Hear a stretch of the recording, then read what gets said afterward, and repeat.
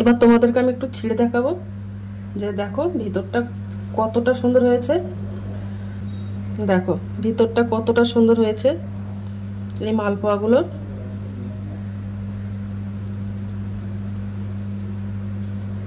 Hello বন্ধুরা, তো আমি আজকে আবার অন্যদিনের মতো নতুন একটা রেসিপি নিয়ে এসেছি। আজকের রেসিপি হচ্ছে দইয়ের মালপোয়া। তো অনেকে তো অনেক রকম মালপোয়া খেয়েছো, তো দইয়ের মালপোয়া খেয়েছো কিনা বলতে পারবো না। তো আমি আজকে সেই দইয়ের মালপোয়াটা বানাবো। তোমরা সবাই শেষ পর্যন্ত ভিডিওটা স্কিপ না করে দেখতে থাকো। তো চলো রেসিপিটা শুরু করি। প্রথমে আমি একটা গামলা বাটি নিয়ে নেব। এই মালপোয়াটা বানানোর জন্য লাগবে আমার ময়দা। তো দেখো আমি এই বাটির এক বাটি ময়দা নিয়ে নিয়েছি। এর মধ্যে 300 গ্রাম ময়দা আছে। তো ময়দাটা আমি গামলা বাটির মধ্যে দিয়ে দেবো। এর মধ্যে একটু লবণ দিয়ে দেবো, হাফ চামচেরও কম লবণ দিয়ে দিয়েছি। হাফ চামচ মৌরি দিয়ে দেবো। এই মৌরিটা দিলে মালপোয়াটা খেতে কিন্তু খুব ভালো লাগে। আর হাফ বাটি মতো সুজি দিয়ে দেবো।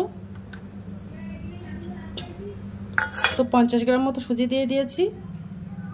শুকনো উপকরণগুলো সব মিশিয়ে নেব ভালো করে।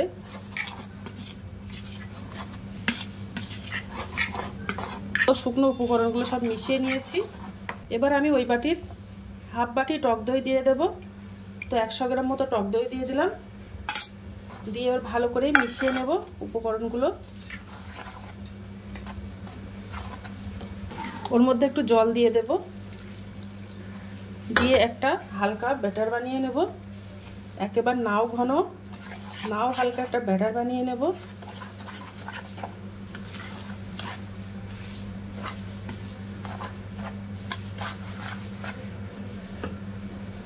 তো আর একটু জল দিয়ে দেব।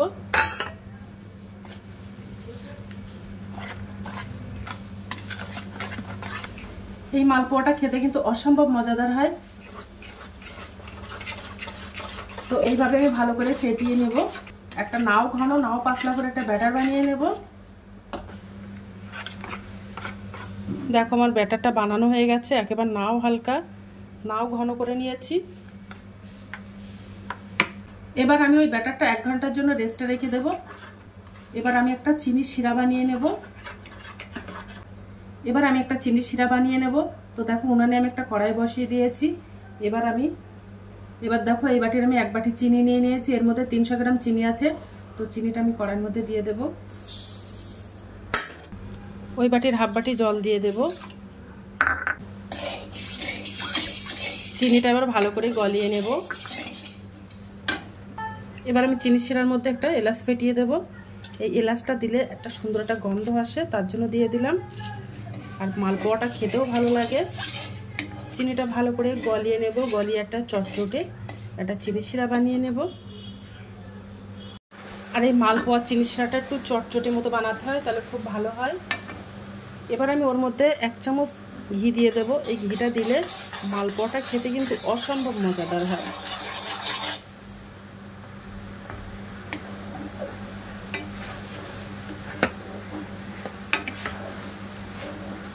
তো আমার চিনি শিরাটা বানানো হয়ে গেছে। দেখো একটু চটচটে করে চিনি শিরাটা বানিয়ে নিয়েছি।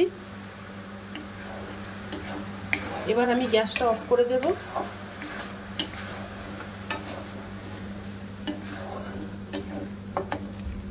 তো আমার চিনি শিরাটা বানানো হয়ে গেছে। তো 1 ঘন্টা পরে আমি আবার চলে এসেছি। দেখো ব্যাটারটা বানানো হয়ে গেছে। এবার আমি ওই ব্যাটারটা মিক্সার গ্রাইন্ডারে দিয়ে মিক্সার করে নেব। মিক্সার গ্রাইন্ডারে দিয়ে একটা মিহি করে একটা পেস্ট বানিয়ে নেব। দেখো মিক্সার গ্রাইন্ডারে দিয়ে একটা মিহি করে একটা পেস্ট বানিয়ে নিয়েছি। এবার আমি মালপোয়াগুলো সব বানিয়ে নেব। উনানে একটা কড়াই দিয়ে দিয়েছি। গ্যাসটা অন করে দেব। কড়াইতে তেল দিয়ে দেব। খুব বেশি তেল দেব না, অল্প করে তেল দেব। তো তেলটা গরম হয়ে গেছে। এবার আমি তেলের মধ্যে ব্যাটারটা দিয়ে দেব।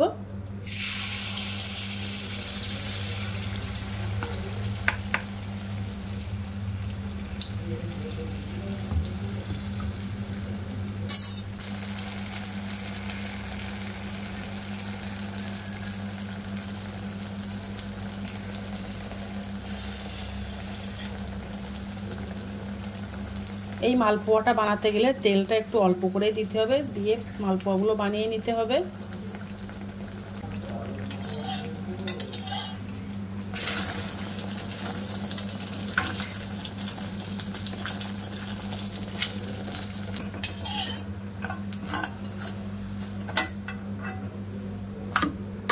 এইভাবে আমি বাদ বাকি মালপোয়াগুলো সব বানিয়ে নেব।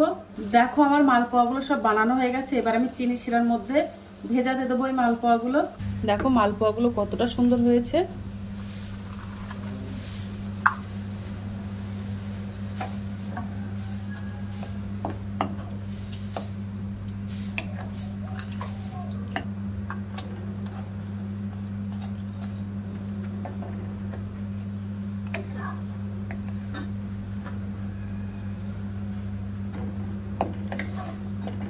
তুলে নেব।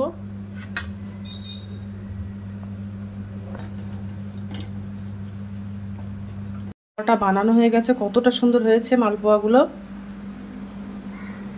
তো যখনই যখনই মিষ্টি খেতে মন চাইবে তখনই তোমরা এই মালপোয়াটা বানিয়ে খেতে পারো।